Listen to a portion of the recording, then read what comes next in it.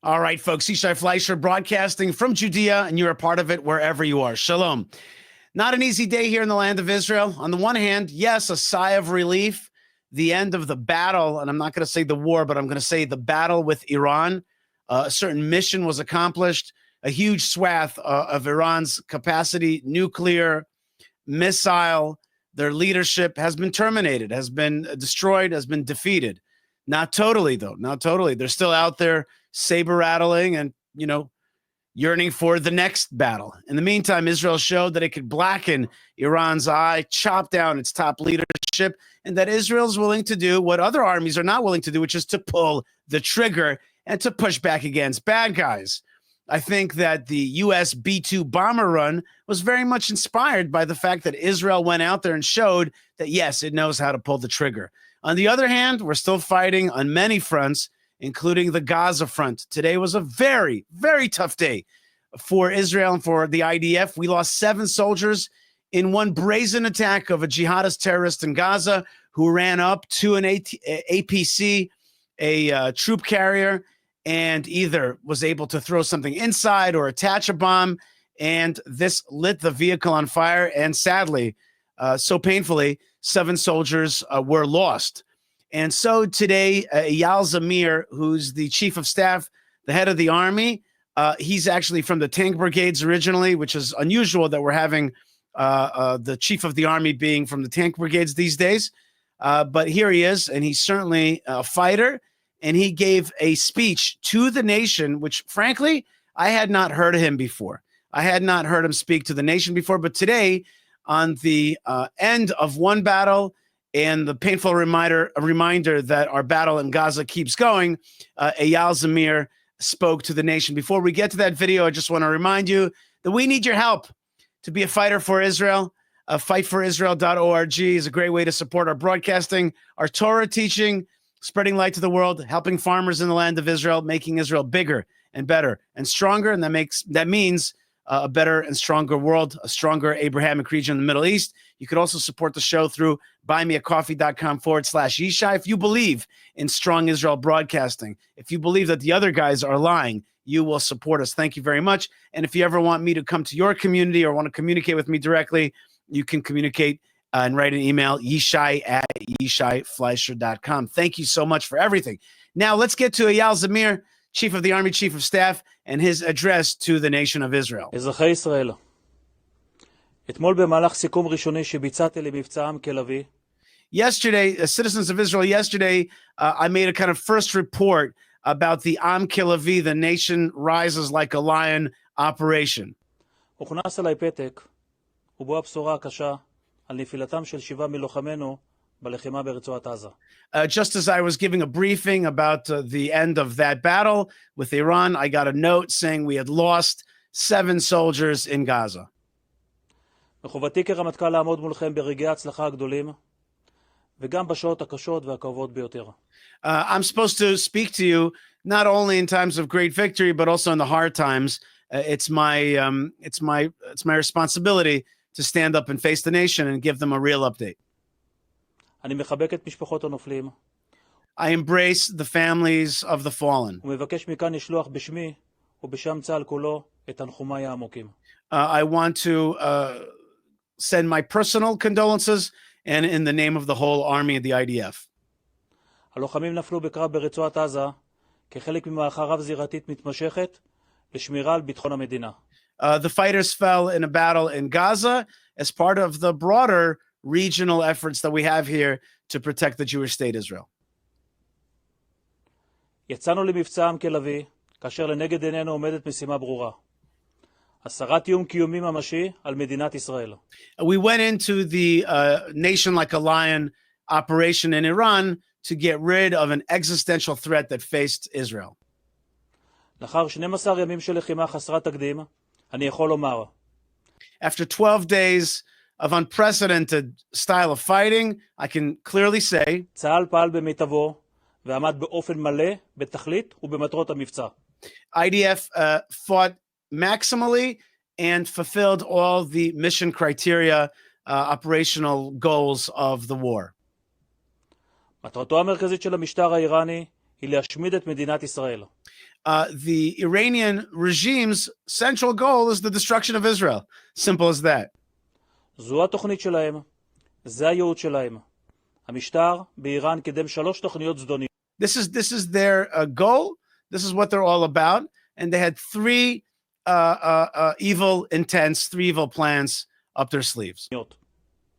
הראשונה, תוכנית הגרעין. The first one is the nuclear threat, the nuclear attack on Israel, the nuclear ambitions. התוכנית הזאת הגיעה לשלבים קריטיים עם יכולת פריצה מהירה לנשק גרעיני. It came very close to break out. These are fancy words for they were almost ready to have a bomb. השנייה, תוכנית הטילים ארוכי הטווח. The second threat that they had against Israel is the long-range missiles. ובה ייצור אלפים רבים של טילים. And the production of these missiles and a kind of a production line that they created in Iran. So that's threat number 2. שישוגרו לשטחנו במטרה לשתק את מדינת ישראל. These missiles were aimed to be fired into our country and to stop our country from operating. ולזרוע הרס ומוות באוכלוסייה. And to send death and destruction in the Israeli civilian society, not military society, meaning to say this was an anti-civilian weapon. השלישית, התוכנית להשמדת ישראל. And the third one is the plan to destroy Israel. בחודשים שלפני המלחמה, איראן קידמה את התוכנית המבוססת על אש מסיבית מנגד, לצד פלישה קרקעית רב-זירתית. So the point of number 3 is that Iran planned to make a kind of triple attack on Israel, where there were going to be rockets from different venues, from South Lebanon, from Gaza, from Iran, and then some kind of troops flooding into Israel. So some kind of ground assault that was a combined arms assault on Israel, which would include missiles and some kind of infiltration. לכל התוכניות מטרה משותפת. There is only one. Now, I just want to for a second pause what he's saying and add to that, which is there is yet another thing that he's not working on so much, and that's another Iranian plot, which is to besmirch Israel and to isolate us internationally. That's not his front to fight, but certainly is another part of Iran's plans. Let's keep going with Eyal Zamir, Chief of Staff of the IDF. להשמיד את מדינת ישראל. Their plans were all one, to destroy the state of Israel. הן לא היו רק רעיון תיאורטי, אלא איום קיומי על חיינו במדינה. This is not just a theoretical threat. It's an existential, real threat against our existence and our lives here in this Jewish state. האיום הפך לממשי. Right, the threat became actual. אנחנו נלחמים על קיומנו בעוצמה ומעבירים את האש לשטח האויב. So we are defending ourselves strongly in strength, with brazenness, but and I'm adding a little bit, as in the Israeli military strategy, we bring the fight into the land of the enemy. We move it from defending here to attack on their soil. That's part of the IDF's kind of lightning strategy. It's kind of blitzkrieg, if you will. אנחנו פועלים ויוזמים לפי הציווי המוסרי, הקם להורגך, השכם להורגו. Okay, this is very, very important. He says, we are operating according to the moral compass, which is he who riseth to kill you, you get up earlier to get him first. Meaning to say, if somebody is calling for the destruction of Jews, you have every right to destroy them before they become operational. הציווי המוסרי, הקם להורגך, השכם להורגו. And he repeats it. He repeats that moral and Jewish criteria and compass, which is somebody gets up early to kill you, you got to get them first. And I think he repeats that in order to offset the kind of more left-leaning voices that are like, why do you start with them? They didn't start with you. No, these guys are getting up early to kill us. You got to get up even earlier to get them first. לאחר שנים של הכנות, ובתום חודשים של היערכות דקדקנית ומועצת בצה"ל, after years of preparation, מכת הפתיחה שלנו הייתה מפתיעה ומכריעה. Our initial and preemptive strike was surprising and victorious and decisive. That's the word, decisive. מכריע, decisive. מכת הפתיחה הוציאה את האויב בשיווי משקל, It took them out of balance, our initial strike, והיוותה מרכיב מרכזי בהישגי המערכה כולה. and was a key part of the surprise was a key element in this war. We surprised them. We got them first. They didn't expect us to come at them this fast. פגענו בכל המטרות שתכננו, ואף מעבר לכך. We hit all the targets that we planned and even more so. העמקנו את ההישג ביחס לתוכניות שהצבנו ביציאה לדרך. We deepened our initial goals as we started seeing success, so we deepened our goals even further. בהתאם להערכת בכירי אגף המודיעין בצה"ל ומומחי הגרעין שלנו, הפגיעה בתוכנית הגרעין איננה פגיעה נקודתית. So according to our intelligence estimates, the strike against the Iranian nuclear capacity was not just in small points, but rather system-wide, meaning to say it flattened the nuclear abilities. Let's keep going and see what he says about the nuclear Iran's nuclear ambitions and abilities. Because that's one of the biggest questions out there. Has the strike, together with America, has it indeed neutralized or at least significantly pushed back the Iranian nuclear threat? אלא פגיעה מערכתית. The strike, the level of the defeat against the nuclear capacity was systematic, meaning to say it was system-wide. It was in scientists and in hardware and in enriched uranium, etc. פגענו במתקנים הראשיים. We hit their main facilities. במפעלים, בתעשיות ובמוקדי הידע. In their where they're actually making the stuff, and also in their factories, I guess, and also in their intellectual centers of the scientists and where the paperwork is drawn up, the plans are drawn up. We hit those as well. ההישג המצטבר מאפשר לקבוע כי פרויקט הגרעין האיראני ספג פגיעה קשה, רחבה ועמוקה, והושג שנים לאחור. I'll just shorten it to say that the Iranian nuclear development has been pushed back many years. Notice, he did not say it's been totally destroyed. He did not say it was totally defeated, but he is saying was pushed back significantly. And that, does that give us, is that the kind of language that makes me feel like it's all good, we're done? No, not exactly, but he's saying it was certainly a system-wide hit on Iran. But notice that he himself is measuring his words. הוכחנו את נחישותנו. We proved our strong will and our nechishut, which means our kind of determination. See, sometimes the word just pops up. There it is. Determination to act. And that is definitely true. Like, there's no doubt about that. Israel preemptively struck hard, and showed its determination to strike. That's for sure. לא נאפשר לאיראן לייצר נשק להשמדה המונית. We will not allow Iran to create weapon of mass casualties, mass destruction. פגענו פגיעה קשה ביכולת הטילים. We struck very hard at their missile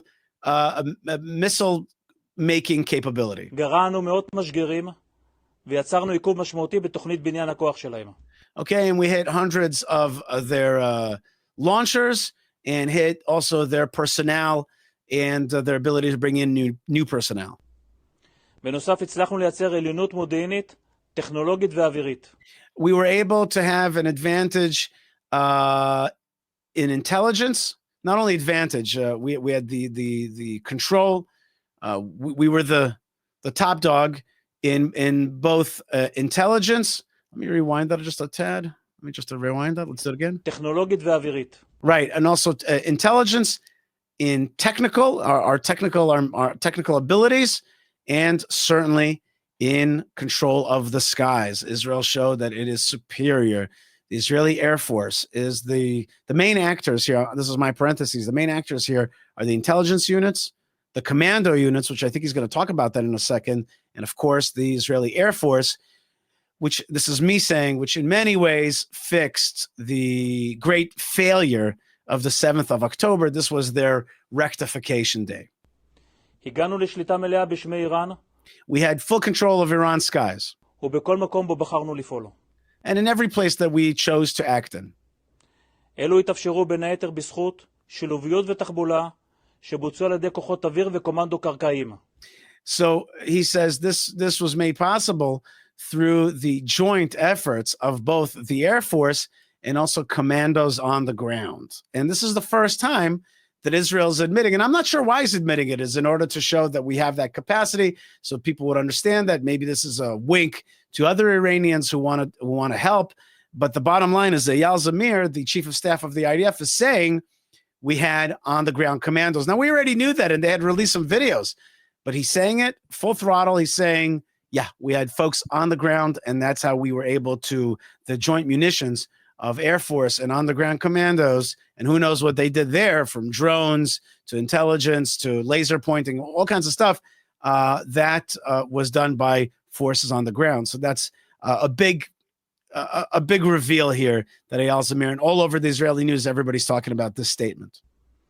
הכוחות פעלו באופן חשאי, בעומק שטח האויב. These commandos or other type forces worked secretly, deep inside the heart of enemy territory. ויצרו לנו חופש פעולה מבצעי. And they allowed us to have freedom of military navigation, freedom of ability to act in a military fashion, because we had so much intelligence and on-the-ground personnel with the Air Force. ההישגים שלנו הועצמו בזכות הפעולות של צבא ארצות הברית. And also, he says that we had the successes were also must give credit to the U.S. Army and the assistance that the United States gave Israel to destroy you know very well, don't you, about the stealth bombers bombing the nuclear installations at Fordo and the other places. And so he's now shifting gears and thanking the United States. הפעולה של הכוחות האמריקאים הייתה מדויקת, עוצמתית ומרשימה. The military actions of the United States Air Force and Army, I think he means Air Force in this case, was strong, was accurate and specific and very impressive. לאורך כל שלבי המבצע, שמרתי על קשר הדוק עם מקביליי בצבא ארצות הברית. Throughout this whole operation, I stayed in very close contact with my counterparts in the United States. התיאום בין הצבאות מהווה נכס אסטרטגי למדינת ישראל. It is a strategic advantage to us when these two armies are in close contact. אזרחי ישראל. I think he's wrapping up here and he says, citizens of Israel. החוסן והאחריות שהפגנתם ראויים להערכה. Now he's thanking another force, and that is the civilians. And your strength, your civilian strength, it deserves praise. Meaning to say your ability to withstand and not put too much pressure on the government to say, listen, you know, we will be in bomb shelters. We will take our kids out of schools. We will deal with this challenge. It deserves praise, and that gives the army a lot of latitude to act.